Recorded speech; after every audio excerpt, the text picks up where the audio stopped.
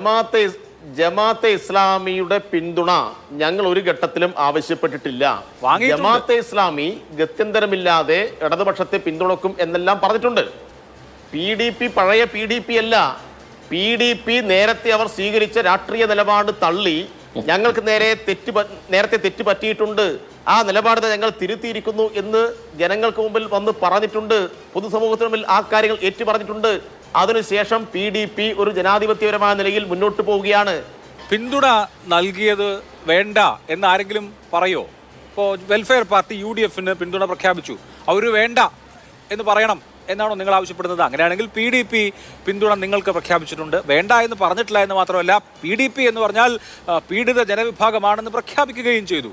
PDP-യുടെ രാഷ്ട്രീയ ചരിത്രം നമുക്കറിയാം. പോട്ടെ, PDP-ക്ക് ഒരു 600-700 വോട്ടുണ്ടെന്ന് വെക്കാം, ജമാഅത്തെ ഇസ്ലാമിക്ക് ഒരു 10,000-3000 വോട്ടുണ്ടെന്ന് വെക്കാം. 5 വോട്ട് തികച്ചില്ലാത്ത ഹിന്ദു മഹാസഭ, അത് ഒറിജിനൽ ഹിന്ദു മഹാസഭയാണോ എന്ന് പോലും അറിയില്ല, അങ്ങനെയല്ല എന്ന് മറ്റൊരാൾ പറയുന്നു. എന്തായാലും ഹിന്ദു മഹാസഭ എന്ന മേൽവിലാസത്തിലുള്ള ഒരു കക്ഷി ഇങ്ങനെ പിന്തുണ പറഞ്ഞപ്പോൾ പോലും അത് വേണ്ടാന്ന് നിങ്ങൾ പറഞ്ഞിട്ടില്ല. നിങ്ങൾ പറയാത്ത കാര്യം UDF പറയണമെന്ന് വാശി പിടിക്കേണ്ട കാര്യമുണ്ടോ?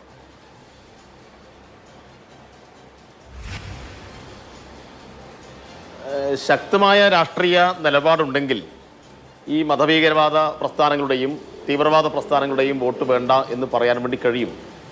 ജമാഅത്തെ ഇസ്ലാമി അതൊരു ആഗോള ഭീകരവാദ പ്രസ്ഥാനത്തിൻ്റെ ഭാഗമാണ്. മുസ്ലിം ബ്രദർഹുഡിൻ്റെ നേതാക്കന്മാരെ അംഗീകരിക്കുകയും അവരെ പുകഴ്ത്തുകയും അവരുടെ ഫോട്ടോ വെച്ച് ആരാധിക്കുകയും ചെയ്യുന്ന കേരളത്തിലെയും ഇന്ത്യയിലെയും ജമാഅത്തെ ഇസ്ലാമിയുടെ നേതാക്കളെയും അതിൻ്റെ പരിപാടികളെയും നമുക്ക് കാണാൻ വേണ്ടി കഴിയും. അതുകൊണ്ട് അവർ മുന്നോട്ട് വെക്കുന്ന മതരാഷ്ട്രവാദ സങ്കല്പം നമ്മുടെ അടിസ്ഥാനപരമായി ജനാധിപത്യ മൂല്യങ്ങൾക്ക്, ജനാധിപത്യ സങ്കല്പങ്ങൾക്ക്, ഇന്ത്യൻ ഭരണഘടനയ്ക്ക് വിരുദ്ധമാണ്. അതുകൊണ്ടാണ് ഇവിടെ ഇപ്പൊ ചർച്ചയിൽ പങ്കെടുക്കുന്ന UDF-ന്റെ പ്രതിനിധി ഇവിടെ ഉണ്ടല്ലോ, ജമാഅത്തെ ഇസ്ലാമി. അതൊരു നിലപാടാണെങ്കിൽ ഇന്ത്യൻ ഭരണഘടന നിലവിൽ വന്നത് 1950-ലാണ്. 1950-ന് ശേഷം പലവട്ടം ജമാഅത്തെ ഇസ്ലാമി നിങ്ങളെ പിന്തുണച്ചിട്ടുണ്ട്, അന്ന് ആ പിന്തുണ സ്വീകരിച്ചിട്ടുണ്ട്, ആ പിന്തുണയെ ശ്ലാഘിച്ചിട്ടുണ്ട്. ഇപ്പോൾ മാത്രം അല്ലല്ലോ ഇത് പറയേണ്ടത്. ഇപ്പൊ UDF-ന് പിന്തുണ കൊടുക്കുമ്പോൾ ഭരണഘടനയെ നിന്ദിക്കുന്ന, അതല്ലെങ്കിൽ ആഗോള മുസ്ലിം ബ്രദർഹുഡിന്റെ നേതാക്കളെ ആരാധിക്കുന്ന പ്രസ്ഥാനമായി മാറുന്നത് എങ്ങനെയാ? പണ്ടും അങ്ങനെയാണല്ലോ. ജമാഅത്തെ ഇസ്ലാമിയുടെ പിന്തുണ ഞങ്ങൾ ഒരു ഘട്ടത്തിലും ആവശ്യപ്പെട്ടിട്ടില്ല. ജമാഅത്തെ ഇസ്ലാമി ഗത്യന്തരമില്ലാതെ ഇടതുപക്ഷത്തെ പിന്തുണക്കും എന്നെല്ലാം പറഞ്ഞിട്ടുണ്ട്, അങ്ങനെയൊക്കെ പറഞ്ഞിട്ടുണ്ട്. ഇപ്പം ദേശാഭിമാനി മുഖപ്രസംഗം എഴുതി എന്നൊക്കെയല്ല നിങ്ങളിപ്പം ചില ചർച്ചകളിൽ ആളുകൾ പറയുന്നത്. എന്തായിരുന്നു ദേശാഭിമാനി മുഖപ്രസംഗത്തിന്റെ യഥാർത്ഥ വിഷയം എന്ന് ചോദിച്ചാൽ, അത് Catholic bishop conference of India അതിൻ്റെ 9 ദിവസം നീണ്ടുന്ന സമ്മേളനത്തിന് ശേഷം കോൺഗ്രസ് ഗവൺമെന്റിനെതിരായിട്ട് അവർ ഒരു നിലപാട് പ്രഖ്യാപിക്കുകയാണ്. ഘാട്ട് കരാറിനെ പിന്തുണച്ച സംബന്ധിച്ചും ജനദ്രോഹ നിലപാടുകൾക്കെല്ലാം എതിരായി ഇടതുപക്ഷത്തെ പിന്തുണക്കാൻ ആവശ്യമായിട്ടുള്ള ഒരു തീരുമാനം CBCI എടുത്തപ്പോൾ അതുമായി ബന്ധപ്പെട്ടാണ് ദേശാഭിമാനി പത്രം ഒരു എഡിറ്റോറിയൽ എഴുതിയത്. ആ എഡിറ്റോറിയലിനകത്ത് പറയുന്ന ഒരു ഭാഗത്തെ പരാമർശം മാത്രം ഞാൻ പറയാം. ക്രിസ്തീയ പുരോഹിതന്മാരുടെ ഈ അഭ്യർത്ഥന വന്നതിന്റെ തൊട്ടുപിറകിലാണ് ജമാഅത്തെ ഇസ്ലാമിയുടെ കേരള ഘടകത്തിന്റെ തീരുമാനവും പുറത്തു വന്നത്. വരുന്ന ലോക്സഭാ നിയമസഭാ തെരഞ്ഞെടുപ്പുകളിൽ ഇടതുപക്ഷ ജനാധിപത്യ സ്ഥാനാർത്ഥികൾക്ക് വോട്ട് ചെയ്യാനാണ് അവർ തീരുമാനിച്ചിരിക്കുന്നത്. തീരുമാനത്തിന് അടിസ്ഥാനമായ അവരുടെ നിഗമനങ്ങൾ ഇങ്ങനെയാണെന്നിട്ട് കുറെ കാര്യങ്ങൾ പറയുകയാണ്. പക്ഷേ അതിനകത്ത് വളരെ കൃത്യമായിട്ടും നമ്മുടെ പാർട്ടി നിലപാട് ആ എഡിറ്റോറിയൽ തന്നെ വളരെ കൃത്യമായും പറയുന്നുണ്ട്. എന്താണ് ജമാഅത്തെ ഇസ്ലാമി എന്ന് ആ എഡിറ്റോറിയലിനകത്ത് തന്നെ പറയുന്നുണ്ട്. അത് ഇവർ ഒരിക്കലും പറയുന്നില്ല. ലോകത്തെവിടെ ഉണ്ടാവുന്ന സംഭവങ്ങളായാലും പ്രശ്നങ്ങളായാലും സ്വന്തം ഇസ്ലാമിക വീക്ഷണത്തിലൂടെ മതത്തിലൂടെ നിന്ന് മാത്രം വീക്ഷിക്കുകയും നിരീക്ഷണങ്ങൾ നടത്തുകയും ചെയ്യുന്ന സംഘടനകളൊന്നാണ് ജമാഅത്തെ ഇസ്ലാമി.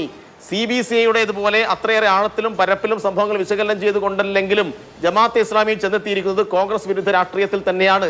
ഇപ്പൊ ജമാഅത്തെ ഇസ്ലാമി എന്താണ് എന്ന് വളരെ കൃത്യമായിട്ട് ആ എഡിറ്റോറിയലിനകത്ത് പറഞ്ഞു വെച്ചിട്ടുണ്ട്. അതുകൊണ്ട് ജമാഅത്തെ ഇസ്ലാമി ഇതാ പിന്തുണച്ചിരിക്കുന്നു, ആ പിന്തുണ ഞങ്ങൾ സ്വീകരിക്കുന്നു എന്ന് ആ എഡിറ്റോറിയലിനകത്ത് ഒരിടത്തും പറഞ്ഞിട്ടില്ല. ആ എഡിറ്റോറിയലിലെ ഒരു ഭാഗത്തെ മാത്രം അടർത്തിയെടുത്തിട്ട് സനോജ് 1996-ൽ എന്താണ് ജമാഅത്തെ ഇസ്ലാമി എന്ന് പറയാൻ നൽകിയപ്പോൾ ജമാഅത്തെ ഇസ്ലാമി എന്ന് പറഞ്ഞോ? 2006 നിയമസഭാ തെരഞ്ഞെടുപ്പിൽ ജമാഅത്തെ ഇസ്ലാമിയുടെ പിന്തുണ വേണ്ട എന്ന് പറഞ്ഞോ? 2009 ലോക്സഭാ തെരഞ്ഞെടുപ്പിൽ 2 18 ലോക്സഭാ മണ്ഡലങ്ങളിൽ പിന്തുണച്ചപ്പോ പിന്തുണ വേണ്ട എന്ന് പറഞ്ഞോ? 2011 നിയമസഭാ തെരഞ്ഞെടുപ്പിൽ ജമാഅത്തെ ഇസ്ലാമി പിന്തുണച്ചപ്പോൾ പിന്തുണ വേണ്ട എന്ന് പറഞ്ഞോ? അങ്ങനെ വേണ്ട എന്ന് പറഞ്ഞിട്ടില്ലാത്ത നിങ്ങൾ ഇപ്പൊ UDF പിന്തുണ വേണ്ട എന്ന് പറയണമെന്ന് എന്താണ് കാര്യം? ഒരിടത്തും പിന്തുണ വേണമെന്ന് പറഞ്ഞിട്ടില്ല. UDF ജമാഅത്തെ ഇസ്ലാമിയുടെ പിന്തുണയെ സ്വാഗതം ചെയ്തു എന്ന് മാത്രമല്ല, ആഗോള ഭീകര പ്രസ്ഥാനമായിട്ടുള്ള ജമാഅത്തെ ഇസ്ലാമിയെ വെള്ളപൂശാൻ വേണ്ടി ഇവരുടെ പ്രതിപക്ഷ നേതാവ് നേരിട്ടിറങ്ങിയിട്ട് പ്രസ്താവന ഇറക്കി. അതാ ഇവിടെ ഗൗരവമായ പ്രശ്നം. ഞങ്ങളൊരു ഘട്ടത്തിലും ജമാഅത്തെ ഇസ്ലാമിയുടെ വോട്ടിംഗ് കൊണ്ട് വന്നോട്ടെ എന്ന് പറഞ്ഞിട്ടില്ല. നേരത്തെ CBCIയുടെ പ്രസ്താവനയുമായി ബന്ധപ്പെട്ട് ആ കാലത്തെ രാഷ്ട്രീയം വിശകലനം ചെയ്യുന്ന ഒരു ഭാഗം മാത്രമാണ് എടുത്തുകൊണ്ട് എഴുതിയത്. ജമാഅത്തെ ഇസ്ലാമി ഇടതുപക്ഷത്തെ പിന്തുണക്കാൻ തീരുമാനിച്ചിരിക്കുന്നു, നല്ല നിലപാട് എന്ന് പറഞ്ഞിട്ട് അതിനെ സ്വാഗതം ചെയ്തിട്ടില്ല.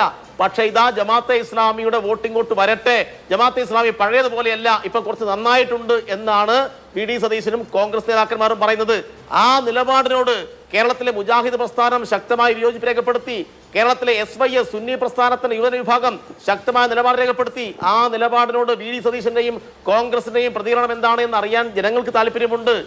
മനസ്സിലായില്ലേ? അപ്പൊ ജമാഅത്തെ ഇസ്ലാമിയെ വെള്ളപൂശുകയാണ്. ജമാഅത്തെ ഇസ്ലാമിയെ വെള്ളപൂശുകയാണ്.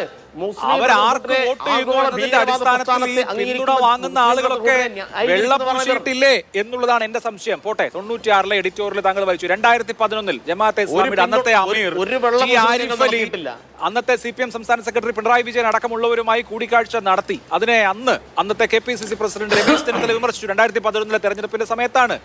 അന്ന് പിണറായി വിജയൻ കൊടുത്ത മറുപടി എന്താണ്? ഒരു മതസംഘടനാ നേതാക്കൾ ഞങ്ങളെ വന്നു കണ്ടു എന്ന് പറഞ്ഞ് നിങ്ങൾക്ക് എന്തിനാണ് വിഭ്രാന്തി എന്ന് പിണറായി വിജയൻ ചോദിച്ചില്ലേ രമേശ് ചെന്നിത്തലയോട് 2011? ഇപ്പൊ വളരെ കൃത്യമാണ്. ജമാഅത്തെ ഇസ്ലാമി നിങ്ങൾക്ക് വോട്ട് ചെയ്താൽ അവർ വിവിധ ലോക സംഭവ വികാസങ്ങളെ ഇസ്ലാമിക വീക്ഷണത്തിലൂടെ കാണുന്ന ഒരു സംഘടനയും, നിങ്ങൾക്ക് വോട്ട് ചെയ്തില്ലെങ്കിൽ അവർ ഭീകരവാദികളും ആഗോള മുസ്ലിം ബ്രദർഹുഡിന്റെ ആളുകളുമാണ്. ഇതാണ് ഇരട്ടത്താപ്പ് എന്ന് പറയുന്നത് മലയാളത്തിൽ. അതൊക്കെ നിങ്ങളുടെ വ്യാഖ്യാനമാണ് അഭിലാഷ്, അതൊക്കെ നിങ്ങളുടെ വ്യാഖ്യാനമാണ്. അന്ന് പാർട്ടി സെക്രട്ടറിയെ കണ്ടത് ഇതായി വോട്ട് ധാരണയാണ്, ഇലക്ഷന്റെ ഭാഗമായിട്ടുള്ള ഒത്തുചേരലാണ് എന്നും എവിടെയും ന്യായീകരിച്ചിട്ടില്ല, എവിടെയും പറഞ്ഞിട്ടില്ല. ഇവിടെ വളരെ പ്രകടമായിട്ട് VD സതീശൻ ജമാഅത്തെ ഇസ്ലാമിയെ ന്യായീകരിച്ചിരിക്കുന്നു. ഇവർ കഴിഞ്ഞ പാലക്കാട് തെരഞ്ഞെടുപ്പിൽ STPയുടെ വോട്ട് വേണോ വേണ്ടയോ എന്ന് നിങ്ങൾ മാധ്യമപ്രവർത്തകർ ചോദ്യത്തിന് വേണ്ട എന്ന് പറഞ്ഞിട്ടില്ല. പക്ഷെ ഞങ്ങൾ പറഞ്ഞു STPയുടെ വോട്ട് വേണ്ട, ജമാഅത്തെ ഇസ്ലാമിയുടെ വോട്ട് വേണ്ട, RSSന്റെ വോട്ട് വേണ്ട. ഞങ്ങൾ എവിടെയും പറയും വർഗീയവാദിയുടെയും വോട്ട് വേണ്ട, ഒരു ഭീകരവാദിയുടെയും വോട്ട് വേണ്ട. ഇപ്പോഴത്തെ കാര്യം മാത്രം ചോദിക്കട്ടെ. ഇപ്പോ സ്വരാജ് പറഞ്ഞല്ലോ ഒരു വർഗീയവാദിയുടെയും വോട്ട് വേണ്ട, മനുഷ്യരുടെ വോട്ട് മതിയെന്ന്. ഓക്കെ, അത് നിലപാടാണല്ലോ.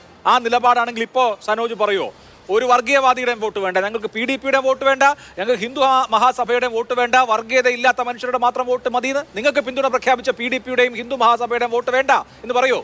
ഇപ്പൊ പറയോ? പറയാം. PDPയോട് ഞങ്ങളുടെ നിലപാട് സംബന്ധിച്ച് നിങ്ങൾ ചോദിച്ചോ? PDP പഴയ PDP അല്ല. PDP നേരത്തെ അവർ സ്വീകരിച്ച രാഷ്ട്രീയ നിലപാട് തള്ളി ഞങ്ങൾക്ക് നേരത്തെ തെറ്റ് പറ്റിയിട്ടുണ്ട്, ആ നിലപാട് ഞങ്ങൾ തിരുത്തിയിരിക്കുന്നു എന്ന് ജനങ്ങൾക്ക് മുമ്പിൽ വന്ന് പറഞ്ഞിട്ടുണ്ട്. പൊതുസമൂഹത്തിന് മുമ്പിൽ ആ കാര്യങ്ങൾ ഏറ്റു പറഞ്ഞിട്ടുണ്ട്. അതിനുശേഷം PDP ഒരു ജനാധിപത്യപരമായ നിലയിൽ മുന്നോട്ട് പോവുകയാണ്. അപ്പോൾ ഞാനിതാ ഈ തീവ്രവാദ രാഷ്ട്രീയം ഉപേക്ഷിച്ചു എന്ന് പറഞ്ഞ് നല്ല വഴിയിലേക്ക് നടന്നു വരുന്ന ആളുകളെ നിങ്ങൾ തീവ്രവാദികൾ തന്നെയാണ് എന്ന് ചാപ്പ കുത്തിയിട്ട് അപ്പുറത്ത് നിർത്തിക്കണമെന്ന് ഞങ്ങൾ ആഗ്രഹിക്കുന്നില്ല. അതുകൊണ്ട് PDPയെ കാണുന്ന പോലെയല്ല ഞങ്ങൾ ജമാഅത്തെ ഇസ്ലാമിയെ കാണുന്നത്. ജമാഅത്തെ ഇസ്ലാമിയെയും പാർട്ടി സെക്രട്ടറി എന്ന് പ്രഖ്യാപിച്ചതായി പറയുന്നു. വിശദീകരിച്ചിട്ടുണ്ട്. ഒരു ചോദ്യം കൂടി ചോദിച്ചോട്ടെ. അങ്ങനെയാണെങ്കിൽ ഇപ്പോൾ ജമാഅത്തെ ഇസ്ലാമിയുടെ ഭരണഘടന അവർ സമീപകാലത്ത് മാറ്റുകയും 2023 അത് പ്രസിദ്ധീകരിക്കുകയും ചെയ്തു. അപ്പോൾ 57 ഭരണഘടനയിൽ പറയുന്ന പല കാര്യങ്ങളും, അതായത് നിങ്ങൾക്ക് വിമർശിക്കാൻ പറ്റുന്ന പല കാര്യങ്ങളും അവർ അതിൽ നിന്ന് മാറ്റുകയും പുതിയ ആധുനിക ജനാധിപത്യ സംവിധാനത്തെ സ്വീകരിക്കുകയും ചെയ്തു. രേഖാമൂലം ഭരണഘടന മാറ്റി. ഇപ്പൊ PDP മാറ്റി, അതുകൊണ്ട് അവർ നന്നായി, അതുകൊണ്ട് അവർ ഓക്കെ ആണെന്ന് പറയുന്നു. ജമാഅത്തെ ഇസ്ലാമി അവരുടെ ഭരണഘടന മാറ്റിയല്ലോ, എന്നിട്ടും അവർ മോശമാണെന്ന് പറയുന്നു. ഒറ്റ കാരണമല്ലേ ഉള്ളൂ, നിങ്ങൾക്ക് വോട്ട് ചെയ്യുന്നില്ല എന്നുള്ള കാരണം. അഭിലാഷിനെ പോലെയുള്ള ഒരു മാധ്യമപ്രവർത്തകൻ ഇങ്ങനെയുള്ള ചോദ്യങ്ങൾ ചോദിക്കുന്നത് തന്നെ അബദ്ധമാണെന്ന് എനിക്ക് തോന്നുന്നത്. കാരണം PDP രൂപീകരിക്കാനിടയായ സാഹചര്യവും PDP മുന്നോട്ട് വെച്ച ആശയങ്ങളും അതെല്ലാം വ്യത്യസ്തമായ ഒരു നിലയാണ്. PDPക്ക് മുന്നേ ISS ആയിരുന്നു, ISS കുറെ കൂടി തീവ്രമായ നിലപാട് ഉയർത്തിപ്പിടിച്ചു. ബാബറി മസ്ജിദിന്റെ തകർച്ചയും അതുമായി ബന്ധപ്പെട്ട പ്രശ്നങ്ങൾക്കെല്ലാം ശേഷം ഉണ്ടായിട്ടുള്ള ഒരു അന്തരീക്ഷം ഉണ്ടായിരുന്നു. അവിടെ മദനി എന്ന് പറയുന്ന ഒരു നേതാവ് ഉയർന്നു വന്ന് ചെറുപ്പക്കാരെ, പ്രത്യേകിച്ച് മുസ്ലിം ചെറുപ്പക്കാരെ സംഘടിപ്പിച്ചുകൊണ്ടുണ്ടാക്കിയിട്ടുള്ള ഒരു മുന്നേറ്റം അത് തെറ്റായിരുന്നു എന്ന് മദനി തന്നെ തിരിച്ചറിയുകയും അത് തള്ളിപ്പറയുകയും ചെയ്ത് മുഖ്യധാര രാഷ്ട്രീയത്തിന്റെ ഭാഗമായി, സാമൂഹ്യ പ്രവർത്തനത്തിന്റെ ഭാഗമായി അവർ മാറി. എന്നാൽ ജമാഅത്തെ ഇസ്ലാമി അങ്ങനെയല്ല. അത് ആഗോളാടിസ്ഥാനത്തിൽ പ്രവർത്തിക്കുന്ന ഒരു സംഘടനയാണ്. അതിന് കൃത്യമായ ഒരു ലക്ഷ്യമുണ്ട്. അത് മതരാഷ്ട്രം സ്ഥാപിക്കലാണ്. നിലവിലുള്ള ഈ രാജ്യത്തിന്റെ ഭരണഘടന അംഗീകരിക്കാത്തവരാണ്. പിന്നെ എന്തിന് അവർ ഭരണഘടന മാറ്റിയെന്ന് ചോദിച്ചാൽ അവരുടെ നിലവിലുള്ള ഭരണഘടനയും വെച്ചിട്ട് അവർക്ക് മുന്നോട്ട് പോകാൻ കഴിയില്ല.